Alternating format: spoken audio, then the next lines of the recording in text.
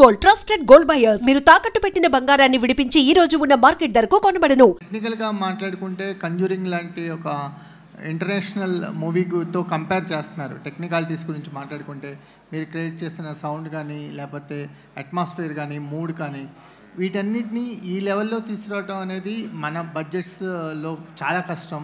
So ఆ technicalities మీద ఎంత వర్క్ చేశారు, అవి మాకెంత కొత్త ఎక్స్పీరియన్స్గా మారబోతున్నాయి? కరెక్ట్గా చెప్పారండి. అంటే మనం ఎప్పుడూ ఒక సినిమాని టెక్నికల్గా చాలా బాగుంటే విజువల్ కానీ సౌండ్ కానీ వెంటనే హాలీవుడ్ ఫిల్మ్తో కంపేర్ చేయడం అనేది సహజం. నేను చేస్తాను.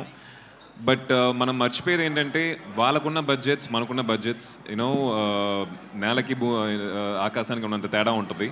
సో ఈ బడ్జెట్లో వాళ్ళ ఒక క్వాలిటీని మనం రీచ్ అవ్వగలుగుతున్నామంటే that's pure passion, hard work. అది మా టీంకి చాలా చాలా ఉందండి. ఎస్పెషలీ ఆ డైరెక్టర్ అండ్ హిస్ విజన్. ఆ విజన్ని విజువల్గా తీసుకురావాలంటే ఒక మంచి డిఓపి అవసరం.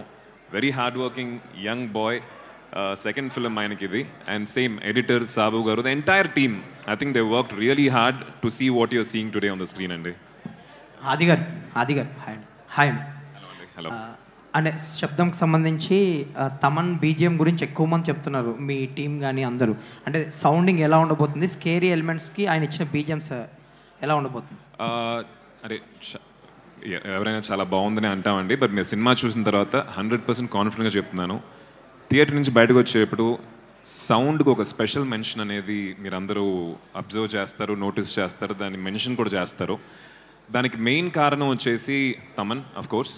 దాని తర్వాత మా ఉదయ్ కుమార్ గారు, సౌండ్ డిజైనర్, అండ్ సచిన్, వీళ్ళందరూ కలిసి నార్మల్గా ఒక ఫిల్మ్కి సౌండ్కి ఒక పని ఉంటుంది కదండి, దాన్ని ఇంటూ 10 times ఈ సినిమాగా చేశారు.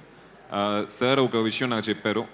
ప్రతి ఒక్క థియేటర్లో మన సినిమా చూసేటప్పుడు ఫస్ట్ వచ్చే 5.1 డాల్బీ డిజిటల్ ఆర్ అట్మాస్ వచ్చేటప్పుడు పర్ఫెక్ట్గా ఉంటాయి. స్పీకర్స్లో ఆ ఒక సౌండ్ ట్రావెల్ మొత్తం మనకి బాగా వినిపిస్తుంది. ఆ ఛానల్స్ అన్నీ ఓపెన్ అయి ఉంటాయి. బట్ సినిమా స్టార్ట్ అయిన తర్వాత కొంచెం మెల్లిగా క్లమ్జీ అయిపోతూ ఉంటాయి, అన్నీ మిక్స్ అయిపోతాయి.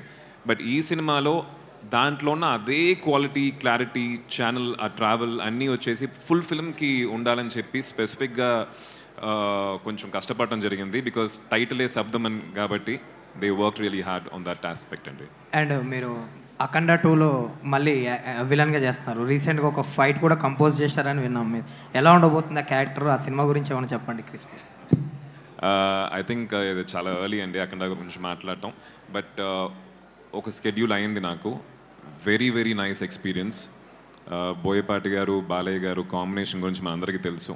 ఒక ఫుల్లీ పవర్ ప్యాక్డ్ ఎనర్జీ ఉంటుంది దాంట్లో. To be part I'm really happy. ఈ స్కెడ్యూల్ అయితే చాలా ఎక్సైటింగ్గా ఉండింది. బాలయ్య గారితో వర్క్ చేసిన ఎక్స్పీరియన్స్, ఎప్పుడో చిన్నప్పుడు బంగారు బ్లూడ్ షూటింగ్లో డాడీతో పాటు వెళ్ళినప్పుడు ఆయన కలిసిన ఒక అనుభవం. దాని తర్వాత ఇప్పుడు కలుస్తున్నాను. He still very energetic, fun loving, and I think next schedule కోసం నేను ఈగర్గా వెయిట్ చేస్తున్నాను. ఆది గారు